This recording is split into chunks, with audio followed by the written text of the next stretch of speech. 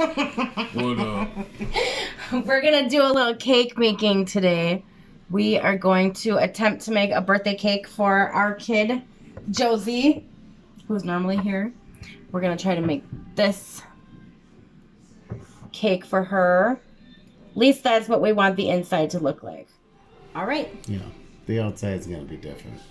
Yeah, different.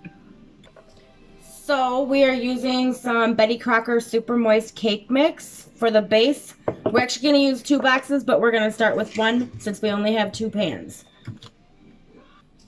So our recipe calls for a 1/2 cup of vegetable oil, and we just had some nasty old stuff at the house, so that's what we're going to use. So I'm going to do a 1/2 cup. Look at it. It doesn't even have a label anymore. We've had it for a long time. All right, and Jeremy put the powder in there, so just gonna put that in there, and it calls for 3 eggs. Jeremy's getting those. Mr. Professional over here. Look at that.